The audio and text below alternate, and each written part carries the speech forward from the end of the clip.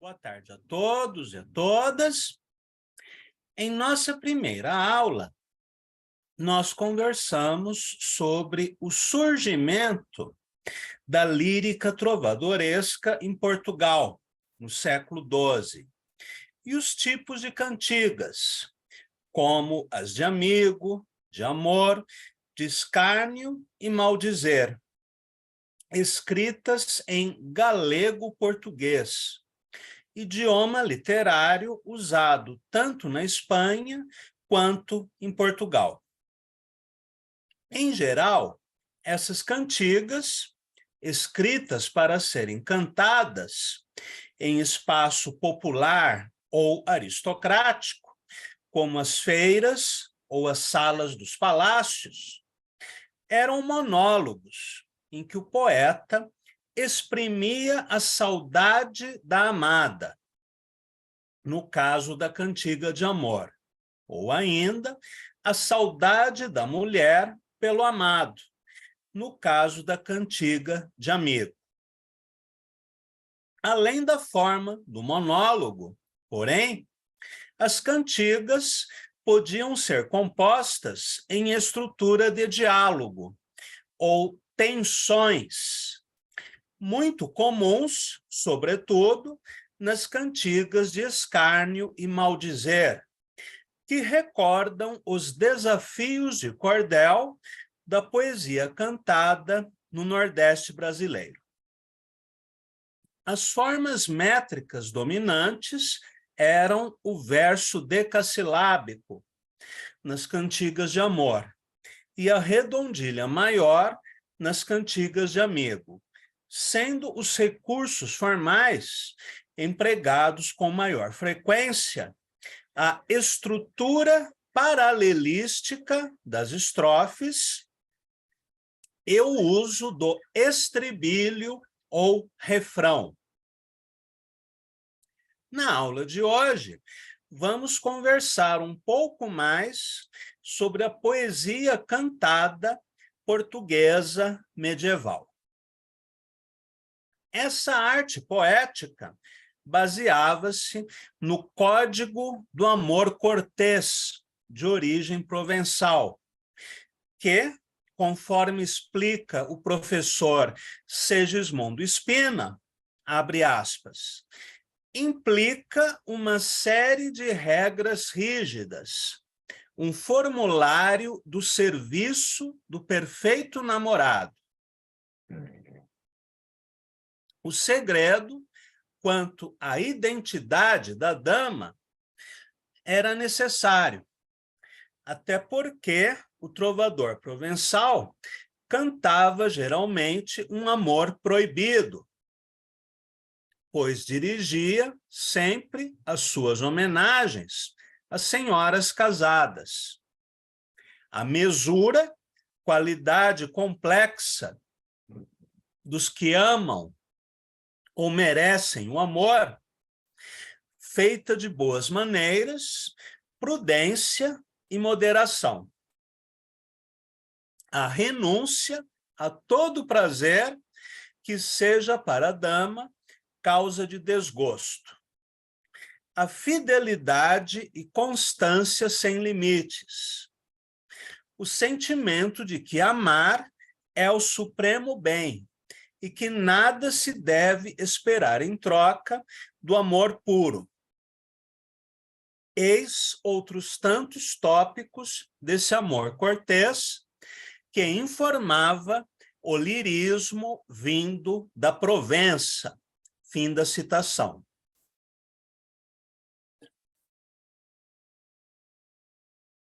Vale a pena mencionar que a região da Provença abrangia o sul da França, os Pirineus e partes da Itália e da Espanha. É nesse espaço geográfico e cultural que irá se desenvolver a heresia cátara ou albigense. Os adeptos desta doutrina faziam uma leitura livre da Bíblia, antecipando o protestantismo. Não acreditavam na existência do mal, nem na morte de Cristo na cruz. Para eles, não era necessário o martírio, mas uma vida pura, celibatária e casta. Os cátaros propunham a convivência de homens e mulheres sem união carnal e a vida em comunidade. O amor impossível, não realizado dos trovadores provençais pode estar relacionado com a doutrina dessa seita. Vamos mencionar agora as fontes nas quais estão reunidas todas as cantigas galego-portuguesas que conhecemos hoje. O Cancioneiro da Ajuda, que se encontra atualmente na Biblioteca do Palácio da Ajuda, em Lisboa, compilado entre os séculos XIII e XIV em pergaminho, é um dos mais antigos cancioneiros portugueses. E, além dos poemas, apresenta iluminuras, ou gravuras coloridas, que retratam o músico, ou menestrel, o jogral, que cantava as cantigas e estava a serviço do trovador, inclusive carregando os seus instrumentos. O segrel, ou poeta, que compunha e às vezes cantava seus poemas, e as soldadeiras, ou raparigas de baile, ou seja, as bailarinas, que dançavam enquanto a cantiga era cantada. Portanto, a apresentação de uma cantiga trovadoresca envolvia o canto, a música instrumental e a dança. O Cancioneiro da Ajuda apresenta também espaços em branco onde deveria ser escrita a notação musical de cada cantiga, o que não ocorreu, pois o manuscrito ficou inacabado. Como as partituras de hoje são muito mais minuciosas e complexas que a notação musical medieval, podemos apenas supor o que pode ter sido a música medieval, a partir dos poucos e imprecisos registros que chegaram até os nossos dias. Vamos recordar que a poesia trovadoresca não se relaciona com o que hoje pensamos como literatura. Tratava-se de uma arte entre a música e a poesia, que não era veiculada em livros, mas em canções. Isso se devia a dois motivos principais. Primeiro, o custo de um manuscrito, né, caligrafado pelos monges, né, nos mosteiros beneditinos. O custo era muito alto. E o segundo motivo é que a população era, em sua imensa maioria, analfabeta. Apenas o clero e uma parte da nobreza tinha conhecimento da escrita.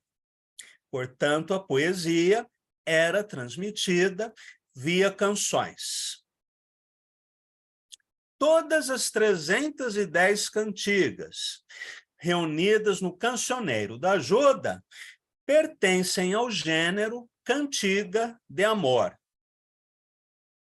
Além deste manuscrito, existem ainda o Cancioneiro da Vaticana, que reúne 1.200 poemas, incluindo cantigas de escárnio e maldizer. O Cancioneiro da Biblioteca Nacional, o mais extenso, com 1.664 poemas, e o Livro das Cantigas de Santa Maria, de autoria de Dom Afonso X, o Sábio, rei de Castela e Leão. Este último manuscrito é uma coletânea de poemas dedicados à Virgem Maria e inclui a notação musical de cada composição. No Brasil, foi publicado um CD com gravações de algumas dessas cantigas. Assim que possível, eu irei fotografar a capa do CD e enviarei a vocês. Em termos históricos, convém situarmos a Idade Média Portuguesa no período entre 1198 e 1434, no qual acontecem dois grandes movimentos literários. Primeiro, a floração trovadoresca, entre os séculos XII e XIV, de Dom Sancho I até a morte de Dom Dinis, que é o nosso tema de hoje.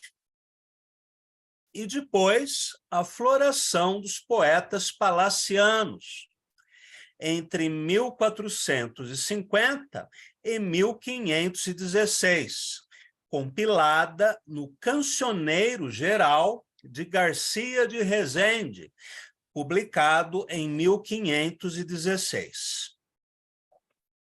Nesse período histórico, a literatura portuguesa registra também as crônicas históricas de Fernão Lopes, o teatro de Gil Vicente, a prosa doutrinal de caráter religioso, a prosa didática de corte e as novelas de cavalaria, como Amadis de Gaula e A Demanda do Santo Graal, por exemplo. Após esse breve parênteses histórico, vamos voltar a falar da poesia trovadoresca. Apesar da origem provençal e talvez árabe, para os que defendem a tese de que a poesia cantada do sul da França deriva do Gesel árabe andaluz. Há uma diferença radical entre o sentimento expresso nos poemas cantados de Provença e naqueles cantados na Península Ibérica, especialmente na região que se define na Galiza e no norte de Portugal, e tem Santiago de Compostela como seu centro produtor e irradiador. Santiago de Compostela era e ainda é um local de romarias e também foi um grande centro difusor das cantigas trovadorescas. Na canção de amor provençal, prevalece a joy, ou júbilo, expressão de êxtase da alma e dos sentidos do poeta, que se sente transportado a uma outra esfera espiritual, mesmo quando a situação social impede a união com a sua amada. Já nas cantigas galego-portuguesas, o que predomina é a coita, ou sofrimento de amor, a mágoa profunda e incurável, causada pela impossibilidade do ato amoroso, seja porque a dama em questão é casada ou noiva, seja pela diferença social, pela rivalidade política entre as famílias, diferença de idade ou outras causas proibitivas.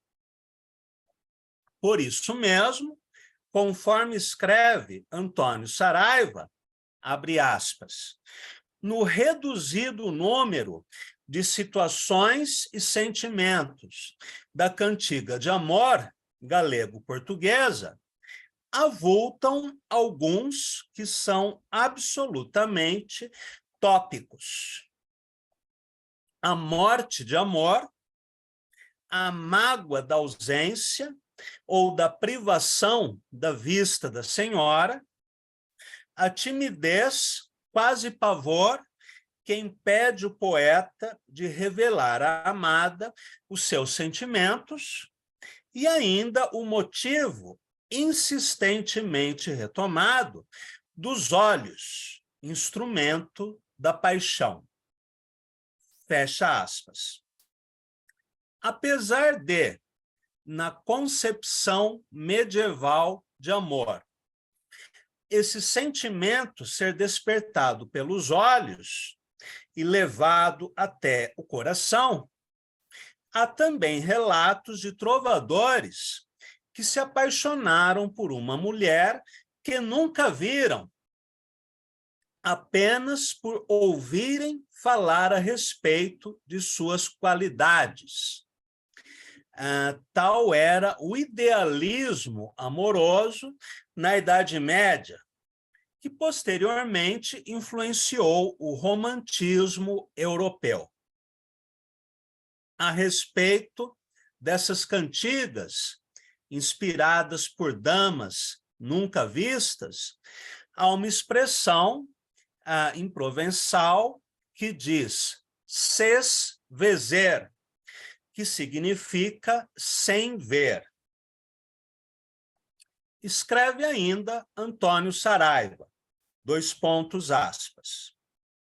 A cantiga de amor galego-portuguesa caracteriza-se ainda pelo caráter abstrato e descolorido da expressão que utiliza. Nem apontamentos de paisagem, nem o recurso a imagens extraídas do mundo dos objetos materiais. Tudo se passa na cabeça e no coração do amante, de modo que o vocabulário pouco variado tende sempre para a generalização, para a abstração da senhora tão louvada. Não vislumbramos o mínimo traço que a individualize.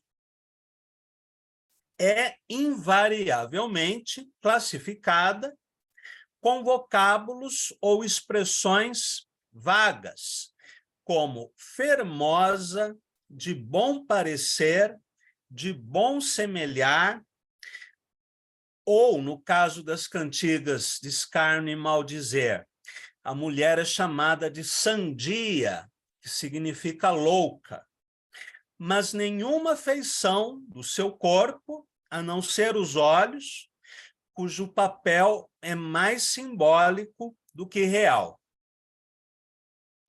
Quanto ao retrato psicológico, é um tipo único que reaparece na poesia de numerosos trovadores. A senhora tem bom sen, ou bom senso, bom pensar. Tem boa cabeça, para usarmos uma expressão de hoje. Sabe falar e rir melhor do que nenhuma outra. É leal, afável, de boas maneiras, de excelente reputação. Em suma, comprida de todo o bem, ou seja, perfeita em tudo, puro idealismo platônico. O que o trovador faz, mais do que cantar a amada, é chorar a privação dela a que está condenado, dirigindo-lhe muitas vezes uma prece fervorosa. Quase poderíamos dizer que, na cantiga de amor galego-portuguesa, a senhora é a grande ausente, de quem ignoramos quase tudo, e que só interessa como instrumento de tortura ou de impossível felicidade. Fecha aspas, fim da citação. Pouco se sabe também das dimensões de tempo e espaço em que ocorre o drama desses amores, quase nunca contextualizados em um lugar ou época.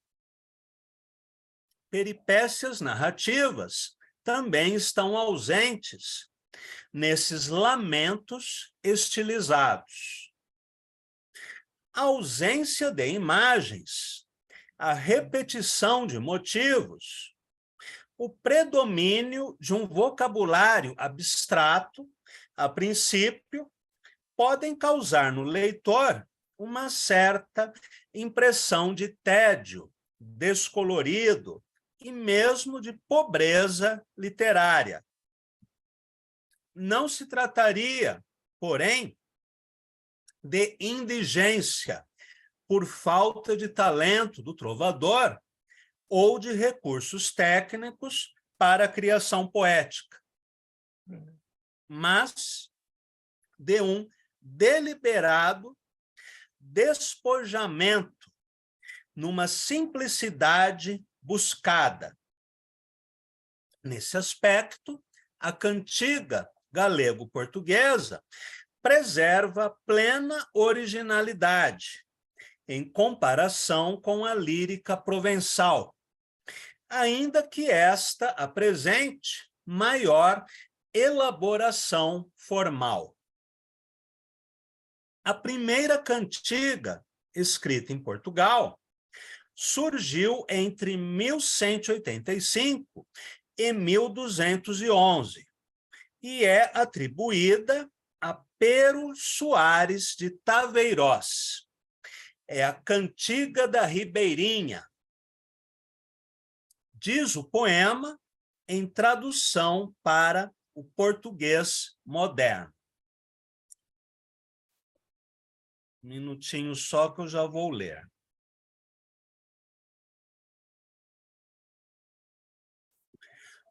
Vamos lá. No mundo que conheço, quem se compare a mim, enquanto eu viver como vivo, pois eu moro por vós. Ai, perdão, eu vou ler de novo. No mundo não conheço quem se compare a mim, enquanto eu viver como vivo, pois eu morro por vós. Ai, pálida senhora de face rosada, quereis que eu vos retrate, quando eu vos vi sem manto.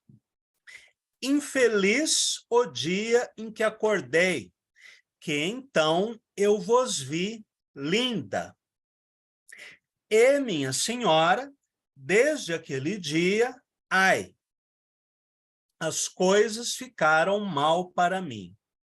E vós, filha de Dom Paio Muniz, tendes a impressão de que eu possuo roupa luxuosa para vós, pois eu, minha senhora, de presente, nunca tive de vós, nem terei o mimo de uma correia.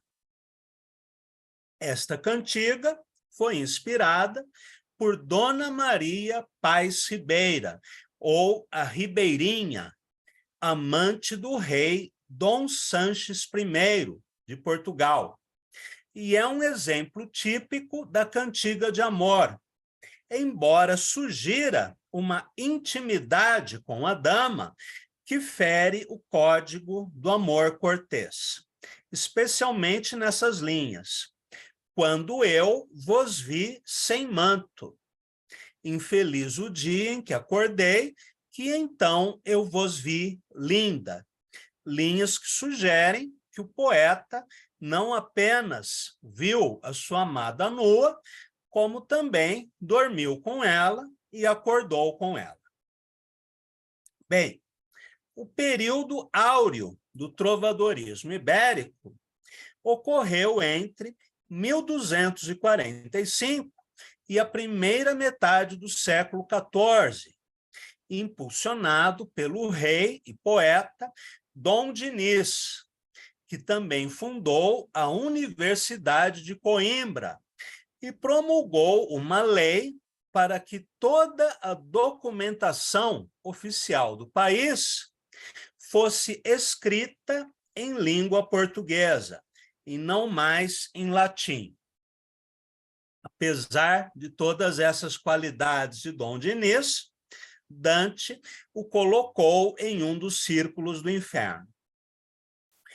Dom Dinis percebeu que há elementos do português que não se encontram em outros idiomas, como os diminutivos.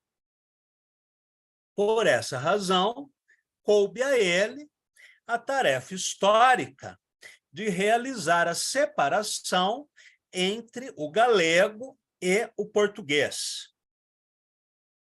De todas as cantigas compostas por Dom Dinis, chegaram até os dias de hoje apenas 8 com notação musical. Para finalizarmos a aula de hoje, portanto, vamos ler 2 cantigas de Dom Dinis, traduzidas para o português moderno por Natália Correia, no livro Cantares dos Trovadores Galego-Portugueses. Então, vamos à leitura.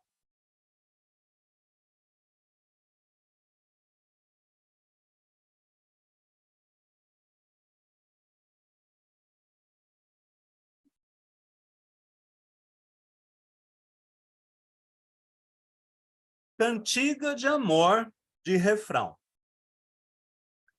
Já nem prazer, já nem pesar me acodem, que nunca mais, Senhora, algum senti, depois que dos meus olhos vos perdi.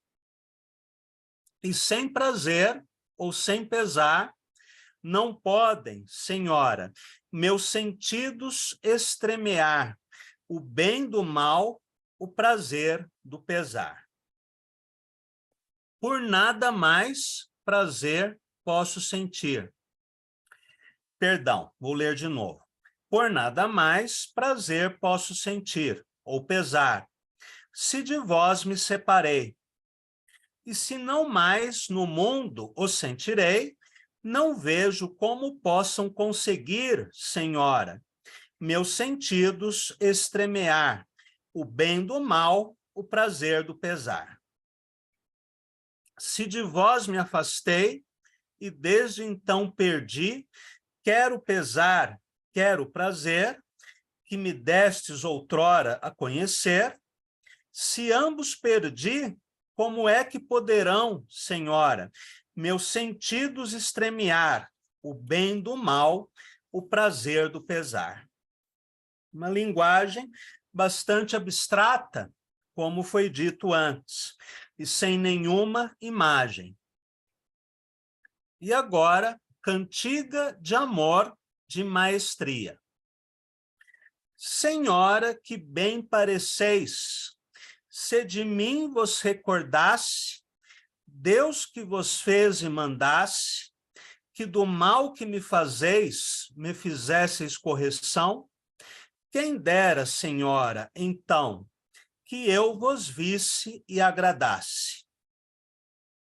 Ó formosura sem falha, que nunca um homem viu tanto, para meu mal e meu quebranto. Senhora, que Deus vos valha, por quanto tenho penado, seja eu recompensado, vendo-vos só um instante. Da vossa grande beleza, da qual eu esperei um dia, grande bem e alegria, só me vem mal e tristeza. Sendo-me a mágoa sobeja, deixai que ao menos vos veja no ano o espaço de um dia.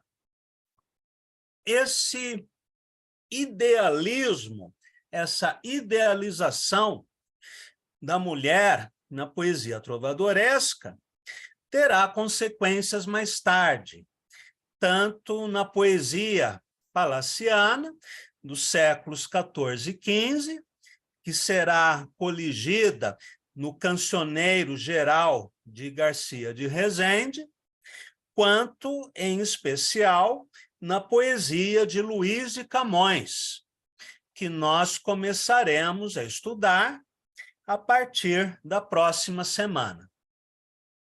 Então, por hoje, ficamos aqui. Agradeço a todos e a todas e até a nossa próxima conversa.